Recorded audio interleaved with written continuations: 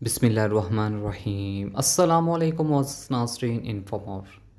گڑیا گھر سے اس وقت چلی گئی تھی جب وہ تقریباً 18-19 سال کی تھی۔ گھنٹوں بعد معلوم ہوا تو ماں باپ سر تھامے بیٹھے تھے اور بھائی ہاتھوں میں ہتھیار تھامے تلاش میں نکل گئے۔ ماں اور بہن گڑیا کی سہیلیوں کے گھروں کو جا جا کر معلوم کرتی کہ شاید اس چور دروازے کا علم ہو جائے اور لاڈلی گھر لوٹ آئے۔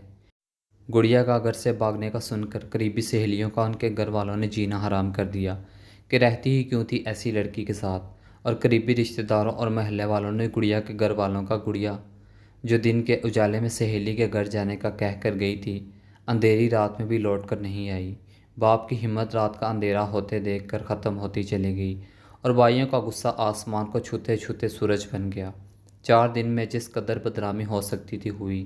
لوگوں کو جواب دیتے دیتے باپ بھائی منہ چھپا گئے، گھر میں چولہا ٹھنڈا پڑ گیا اور ماں کی ممتا کبھی اس ذلت کے سمندر میں دھکیلنے والی بیٹی کے لیے تڑپ اٹھتی اور کبھی ذلیل ہوتے بیٹوں کے لیے۔ ساتھ ہی اس سب قصے میں ایک کردار اور تھا، گڑیا کی اس سے 1 سال چھوٹی بہن، جس کا نکاح رشتہ داروں کے یہاں ہوا تھا اور کسی تہوار پر رخصتی و شادی کا ارادہ تھا، مگر افسوس شادی نہ ہو سکی اور طلاق ہو گئی۔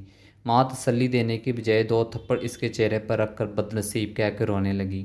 باپ کی چکی ہوئی کمر ٹوٹ گئی اور 5 بھائیوں کا اعتقاد اس کردار پر ٹوٹ کر گرا۔ بڑے بھائی نے تو حد ہی کر دی، بیوی کو کہا اگر میرے یہاں بیٹی ہوئی تو اس گھر میں جگہ نہ رہے گی، اور حاملہ بھابھی اپنے مستقبل کی پریشانی میں بھاگی ہوئی ظالم نند اور گھر میں طلاق ہاتھ میں لے کر بیٹھی مظلوم نند، دونوں کو ہی کوسنے سے نوازے جاتے اور بیٹے کی ولادت کی دعا کرتی جاتی۔ سالوں پہلوں کا یہ واقعہ جب شاید چھٹی 7ویں کلاس میں تھا تو لوگوں کی زبان پہ آج بھی آ جاتا ہے، اتنے ہی افسوس کے ساتھ جتنا آپ کو یہ سب پڑھ کر محسوس ہو رہا ہے۔ گڑیا کہاں ہے آج کوئی نہیں جانتا۔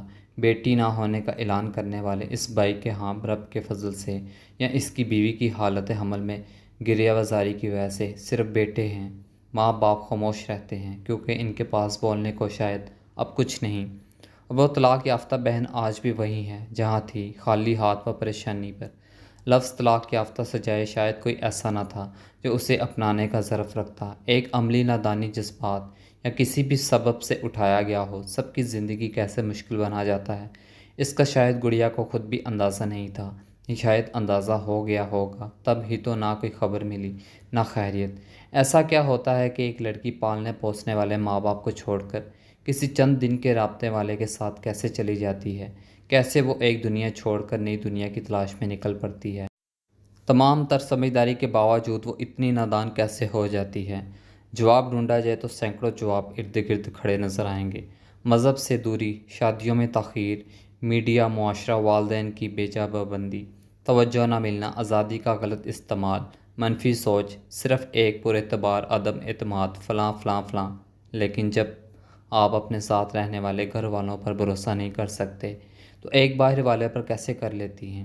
وجہ صرف اتنی ہے کہ جس طرح پلاؤ بناتے ہوئے آنچ کا مکمل خیال رکھا ہوتا ہے، ان میں اینٹ جانے والے چاولوں کو کبھی دودھ پانی کے ٹھنڈے چھینٹوں کی ضرورت پڑتی ہے۔